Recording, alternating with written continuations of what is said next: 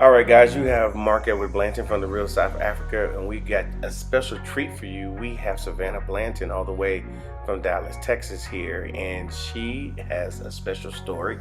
It started about 11 years ago, so we're going to kind of chronicle it, talk about then and talk about now. So go ahead and stay with us and listen to the whole thing. You will enjoy.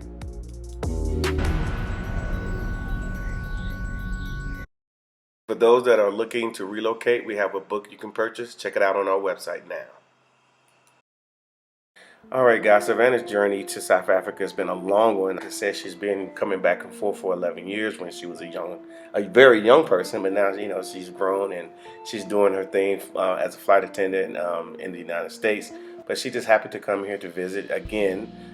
So we have a story that we want you guys to check it out. But here, this was from her very first trip here to South Africa with her grandmother and, of course, her father, which is me. But yeah, we had a real good time, so enjoy the conversation.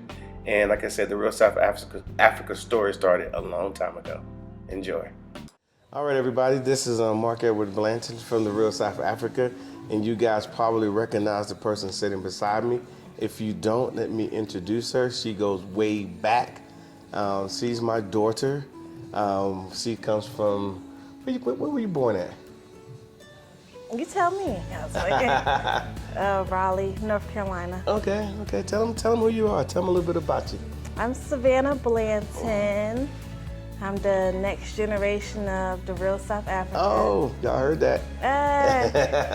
I currently live in Dallas, Texas, and I currently travel for work. And now I'm here visiting my dad and coming back to South Africa. Again. Yeah, after a lot of time, so. Okay. You guys don't know, but she's been coming to South Africa for a long time. Obviously, our journey has been pretty long being here, so it wasn't like an overnight thing. I wish somebody would have offered me a trip a long time ago, offered us a trip to come here. Actually, somebody actually did, but as far as like a formal set everything up situation, nobody did that for us. We kind of, found our way to South Africa. So I think you came here when you were 12, I believe, right? You were like 12 or 13. You don't remember? But I was really young. Okay. And so, for those, obviously there's a lot of parents out there that are like, should I bring my kid? Is it safe? Like, what should I do? Do you remember what your experience was here? It was good. I remember I was in middle school, and my dad's like, oh, we're going to South Africa. I didn't know what to expect. I didn't do any research or Google anything. I just went along with it, and I was just open-minded. And yeah, we had your friend, Mr. Zach Ely. We stayed at his house, and the food and the different experiences, and it was just fun overall. And I had fun, as a kid, so it wasn't like boring or nothing. So yeah, I think you had a good. I think she was surprised because she was real young, and she was happy to be with me, of course. But at the same time, where we was going, she wasn't really keen on where we were going. But I think when you got to his house, what did you think? Oh yeah, it was, because here they do it big, so it was like big and dramatic house and a lot of glam furniture. And it was really nice and spacious, and yeah, I really liked it. Yeah. And actually me as well. I didn't know what I was going to be getting into.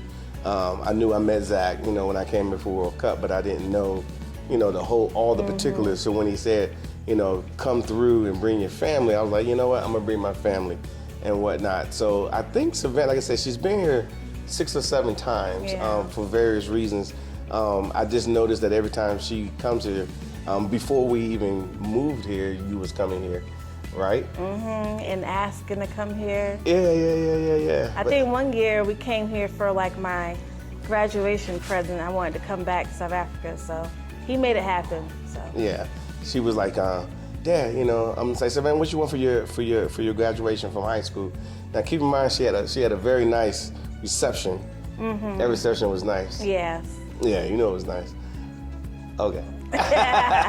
But she had, and then actually what she wanted, she said she wanted to come to South Africa.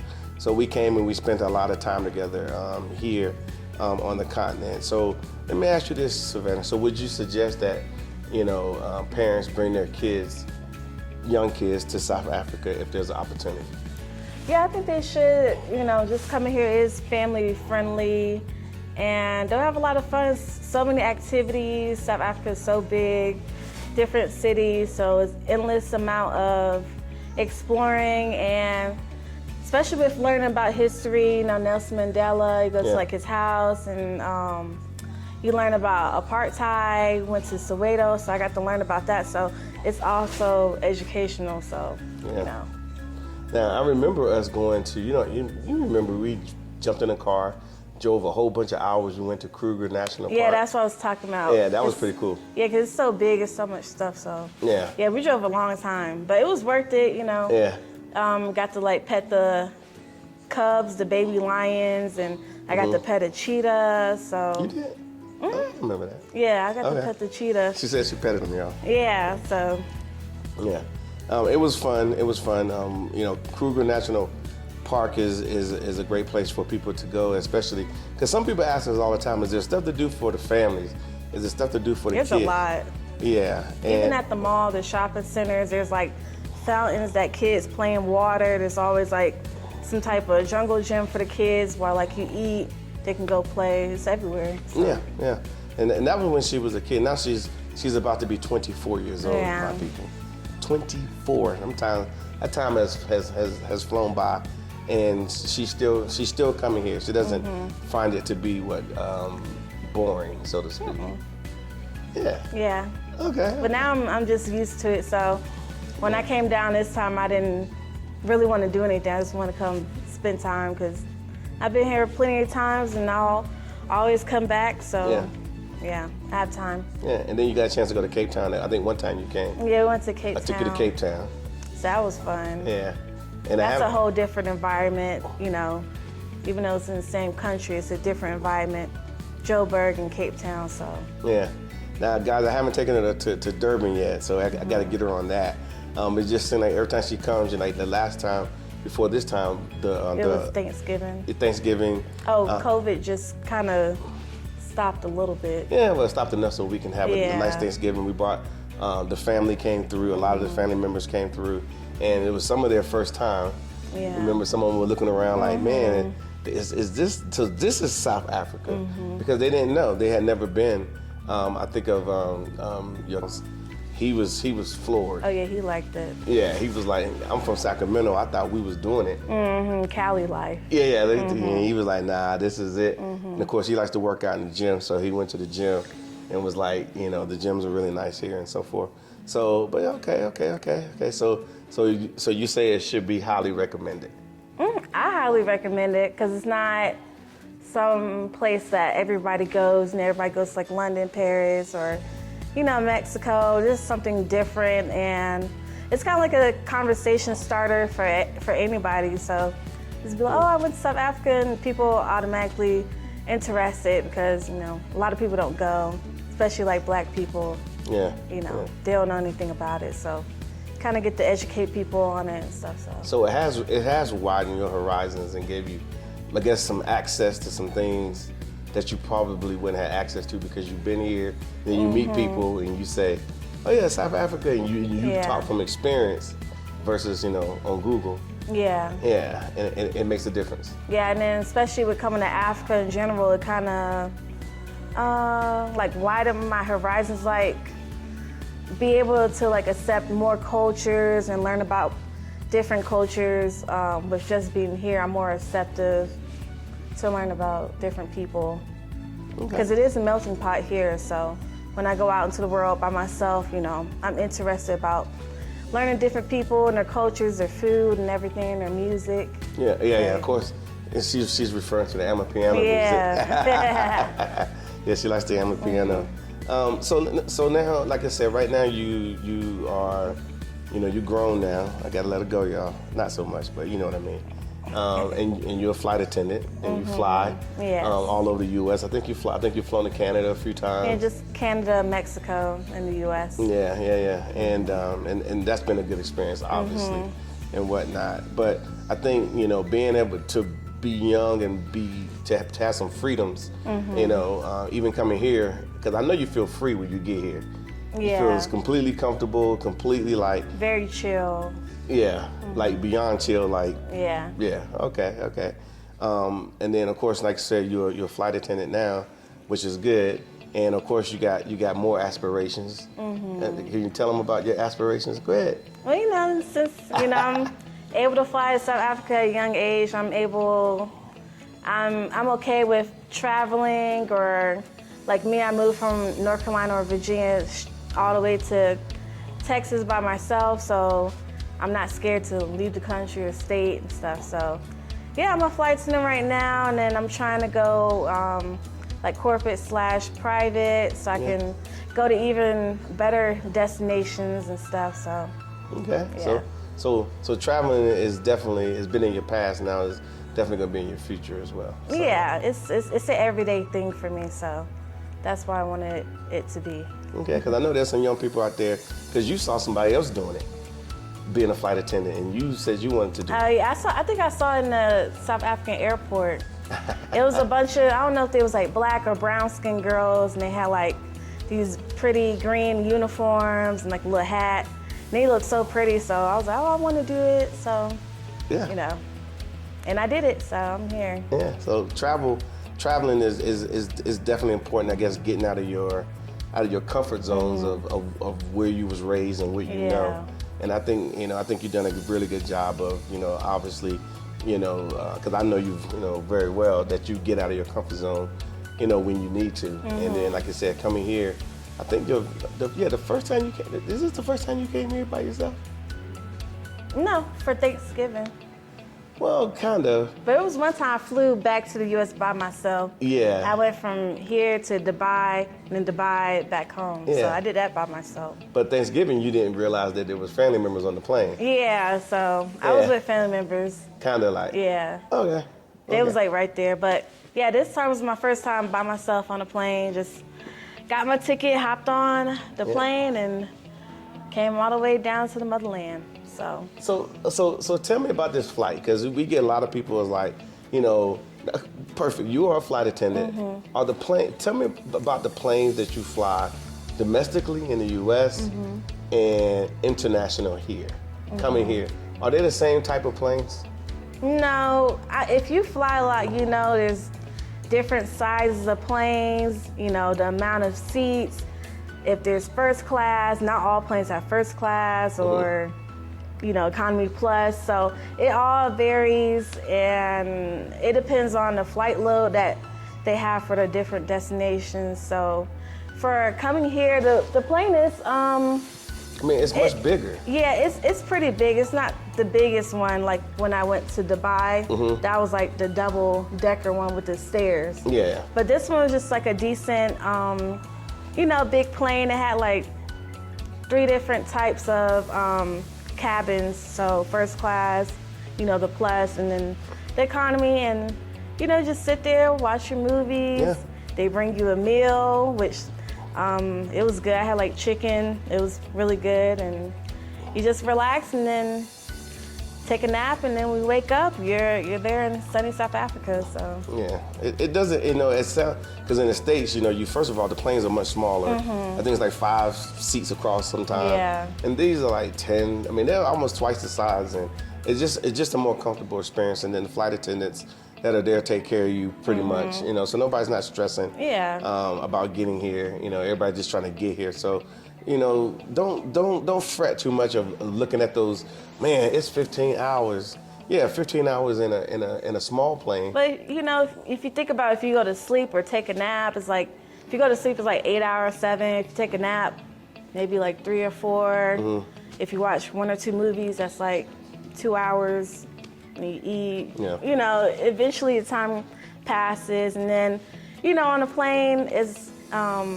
That's why I'm able to get on a plane, because I know I have, good accommodations. So, even if I wasn't, related to you, having, like, just knowing that I have a good hotel, I don't have to worry about, is it gonna be a janky hotel?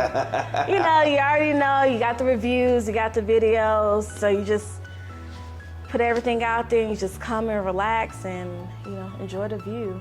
Yeah. So you would say at the end of the day, because you've traveled a little bit, not as much internationally as I have, but you have traveled. I plan on it. Yeah, she's gonna try to get up there, y'all. Well, that's a lot of travel. I know. But at the end of the day, being able to change your environment is nice. Even when you're flying within the United States. I think you wake up in Dallas, you may end up in Cali. Yeah. So I like to, it's good to change the scenery, shake it up so you're not just always waking up in the same place, driving the same street, it kind of gets repetitive. So I like to change it up. Yeah.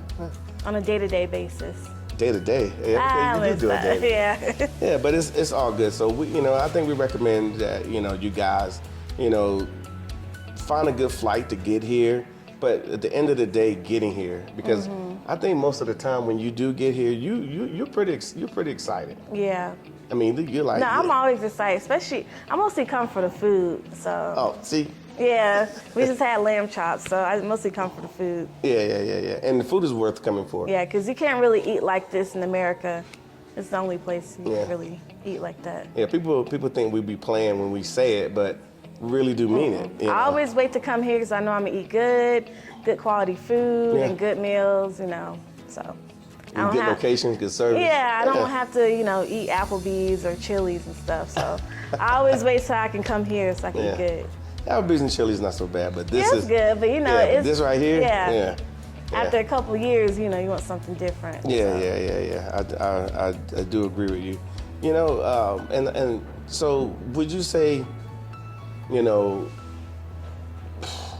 what we're trying, well, I'm gonna say it, because what we try to provide is a scenario where you can not worry about getting here, not worrying about where you're gonna sleep. We really do what we can to provide, and because. Well, yeah, I've been looking behind the scenes, so yeah, he's put a lot of work, and Tasha has too, and he's done his research. It's just not Googling stuff. He's actually been to all the places. He's been here multiple years before he's even started the company or moved here. So, he's done his research. He's African American, probably, just like you. So he's not going to try to, do anything. So yeah. And a lot of people don't realize. They think that we just showed up yesterday because they think we showed up yesterday. Remember when we opened up the toy store? And I brought you here, and I did the whole. It's been taking years. Yeah. Even before the toy store, you've been coming. Yeah. So. Yeah. It takes a little bit of effort, and I will say, and the reason why I say it takes an effort because you have to build a relationship. People want to they see what we do, and then they think that all it is just listening to somebody and having a conversation, and I will be able to do it too. All I can say to you is this. You're going to have to come here, find your way. Yeah, you made a lot of friends and connections with all through the years, so, Yeah. And then once you get here, then you can bring on, your family members who want to come and friends and whatnot, because most people are not going to agree with you. My sister didn't want to, she didn't agree with me. Yeah, a lot of family members and friends going to be like, looking at you crazy, talking to you crazy, but just don't listen and come and you'll have to see it for yourself. Yeah. So, and I know there's a lot of questions, we dealt as in past tense with the what about. So what about? I can say if you could ask those same questions about your current scenario, your current situation, because most of the questions that you're asking about, you're really just asking about your current situation. If you say, well, what about the crime? Because you're probably in a crime-ridden area anyway, or you're watching TV and you're seeing crime. So you're doing some kind of math to say, well, Africa must be more crime-ridden than where I'm at. And the reality is there is crime here, but I can honestly tell you from all my years of being here and going back and forth, is there crime? Yes. Is it the same type of crime? No. I was just talking to the young lady earlier because some of you guys know that we're doing a real estate tour. And I was actually doing some of that work that she was saying. Of course, I had to bring my daughter with me because she wanted to see what I do, but we're trying to set this thing up. And the real estate agent says she just came back from New York, and she was there when they had the subway shooting. And she was just like taken aback, like this happens in America. We know, so let's stop. I'm gonna say stop pretending. because we keep pretending that, you know, there's a lot of great and wonderful things going on that only happens there. Some of those great and wonderful things happen here. It's just to your advantage, I think. Yeah. You know, so, but yeah, I don't know what else to say, but I would say that, you know, I'm glad my daughter, she comes here.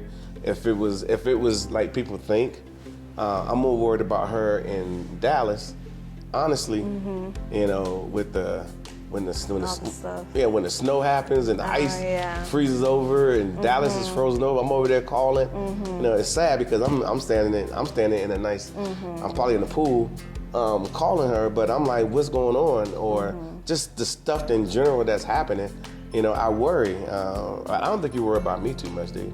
No, I know he's okay. So, yeah, because before he even moved here to South Africa, he even asked me, you know, am I making the right decision? Is it okay? But I'm like, hey, go ahead. I've been here multiple times, and I got to have the experience, and, you know, I know he's going to take care of himself. And I wanted him to be happy, so I was like, go ahead, you know.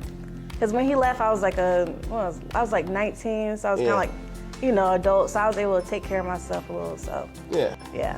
And of course, you know, I would say that, you know, this is a side note that, you know, we have a problem in our community because we like, the kid get 18 years old, we like, oh, let them go.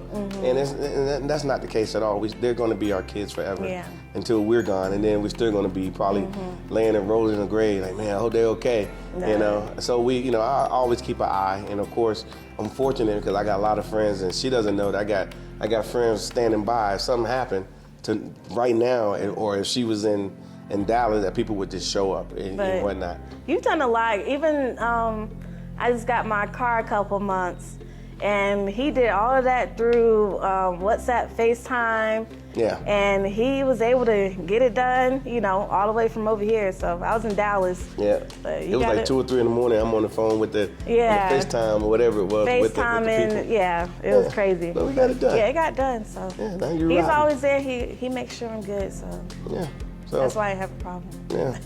So, you know, don't let, you know, in a lot of ways, I'm gonna put it to you like this, you know, and my daughter, she probably can echo the same. Don't let, you know, the how can I say it? You know, I had a dream, you know, and I didn't have the dream until I came and started dreaming. And I like how I said that. I started dreaming. But anyway, I started dreaming, and then of course, you know, her being who she is, she didn't be like, well, Daddy, what about me? Meaning that she wasn't holding me back. Friends, a lot of friends, they didn't get on board. Even some family members didn't really get on board. They didn't know what I was dreaming. And it's hard to, once you come here, it's hard to explain to somebody what you're seeing. It's hard, you know, and you can literally take a video and take every picture and show it to them, and they won't get it because they're looking at everything from the sphere of being in the U.S. But this isn't the U.S. This is South Africa. Their own country, their own everything. They are the big dogs down here in the southern region of Africa. And so they got their own things. And so when you're able to assimilate yourself, like, because you're doing it on your own, you assimilate yourself into this environment, man, you start looking at that environment and you start looking at, like, why are people going through what they're going through when they don't have to, you know? And that's one thing. But again, you know, you have to find out for yourself. So it might be a long journey for a little while. Yeah. You know, for example, you know, it was a long journey for me, and then of course my wife Tasha, y'all already know, but we did this on our own, and we live here, and we're very happy. And it takes some work, and we worry about our families. Like I worry about this one. I worry about my, you know, my family that I was raised in, but you know, a lot of them have come here. Am I right? And they love it. Yeah, and they love it, and they're like, wow, now they're having their own dreams, and it's gonna take them a while. To you know, get to where I'm at. By the time they get where I'm at, I'm somewhere else in my dream, because there's so much opportunity here in the Republic of South Africa that I haven't even reached yet. You know, things that I know that I couldn't even pretend to do in the States. Yeah. You know, and hopefully in time, you know, Savannah does what she does, and if she wants to come, then she can come, and I've already laid the path. So someone in the family is going to ultimately have to lay the path. Somebody, and it's not going to be an amalgamation of everyone you know. It's just going to probably be you. So I would say, I think we set up a really good program for people to come.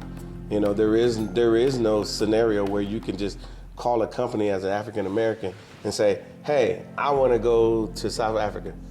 Or any company just to get this experience, because most of them, they just do safari for like 10 days. They don't do any Soweto or come to nice restaurants. So yeah. So, and we know what we want and we know what we want to see. And we get to make that narrative as African Americans, and that's who we are. We get to make the narratives of what our African trips should look like. Nobody's telling us, well, what you should do. No, I'm probably not gonna listen to you. That's probably, man, I'll be quick to, like, nope, this is what we're doing.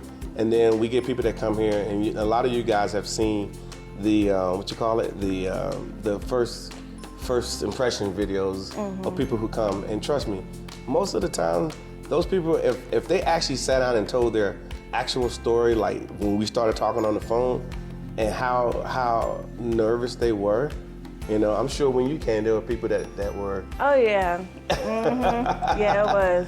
Yeah. But the thing for you is, you came here and you had this dream. Now you're living a life. You could have just kept it to yourself, like, oh, I'm good. But you decided, to put a helping hand out and help the community. So that's how I see it as. That's true. Thank you, Savannah. Yeah, you could have just been here on good, kick your feet up, but you decided to help the community, your brothers and sisters, to bring them here. Yeah. Because you see the vision and stuff. So. Yeah, we would love, we have a way of doing things. Don't get me wrong, and it cuts out all the fat, it cuts out all the crap. I'm just being honest. And if people could just follow what we're saying, it's not hard. It's actually easy. I know a lot of people have traveled, all throughout the Caribbean, all throughout, even went to Europe, but we're not talking about that. We're talking about coming to Africa. Yeah. And people, and the part that I don't like is when people do come to Africa, they come here and they want a $10,000 experience on $1,000, and then they get here, and then they're like, well, it's not like I thought it was going to be, and then they turn around and go back and say, well, it wasn't as nice as what the Blantons have in their videos or whatever. And I say that because I've heard this before, but these are people who didn't come with us.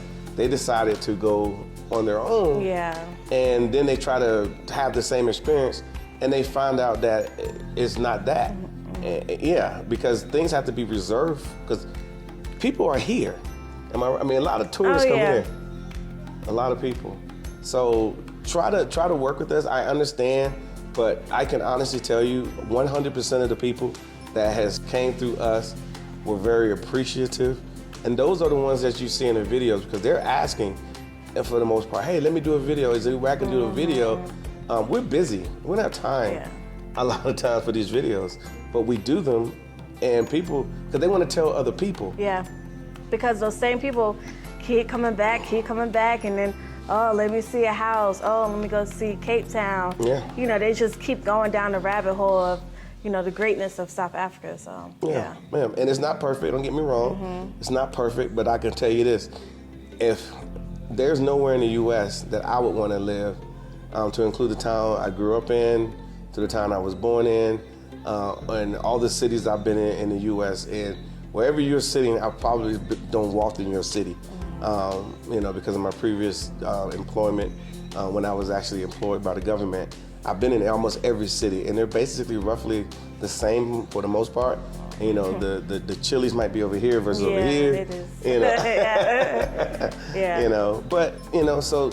So I would say take a chance and see what's available. Come to South Africa. Forget what you heard. Do you feel like? Obviously you was young, but even now, do you feel like the apartheid government or white people are kind of like just running things? Does it feel that way? I can't really tell. I don't know. I'm so laid back. I can't tell or anything. But you don't feel uncomfortable at all? No, I don't feel uncomfortable like when you're in the U.S. You just gotta keep your head down. But here you could walk around with your head up high and say hello to everybody. You know, you don't have to be like, you know, in the U.S. So. Yeah, I can only refer to the representation. You know, everywhere you go here, you know, all the advertisement, and you think it doesn't mean anything. Yeah. It doesn't mean anything because you have partitioned in your mind that, you know, that those white advertisements, even the commercials, you know, you've you know, cognitively distanced, there's the word, yourself to not pay it any attention. Yeah. And then when you get into a space like this, you're like, it's everywhere. Yeah, because we just now, you know, got like black advertisement in the U.S. and commercials, but here it's been like this for a long time, even down to like the lotion commercials and body wash, you know, even for like food or laundry, it's all like black advertisement, you know. So. Okay. So I gotta ask the question because I can't ask you your first impression because we gotta go back to when you were 12. Yeah. But what's your impression of, I mean, just be honest, not just because I'm your dad, but what's your impression of South Africa? I think it's great. It's like a whole different world. Like I always refer to like the Wakanda. It's kind of like that, you know, everywhere you go, even like hiding places is full of black and African people here. And like I said, the food is good. I love the music, even the weather, the atmosphere, you know, of the mountains and the landscape.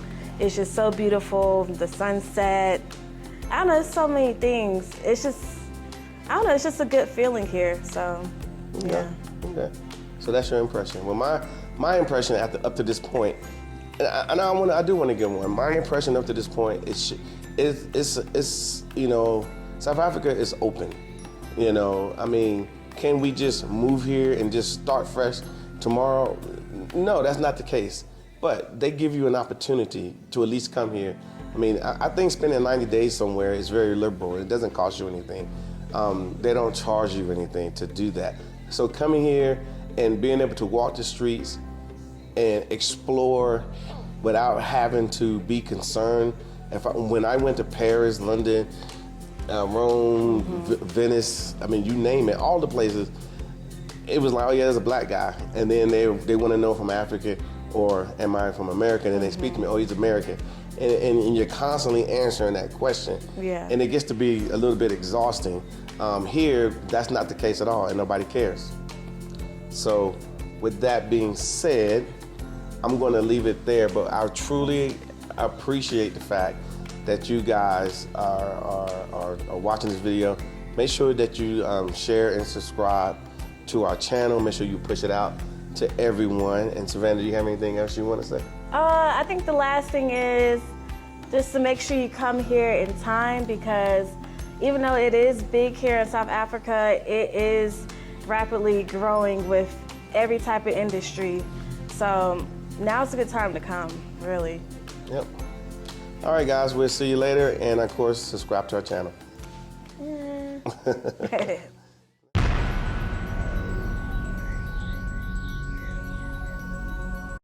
Thank you so much for spending time with us today. If you like what you saw, please subscribe and don't forget to hit the notifications button so you don't miss out on all things The Real South Africa. Thanks again.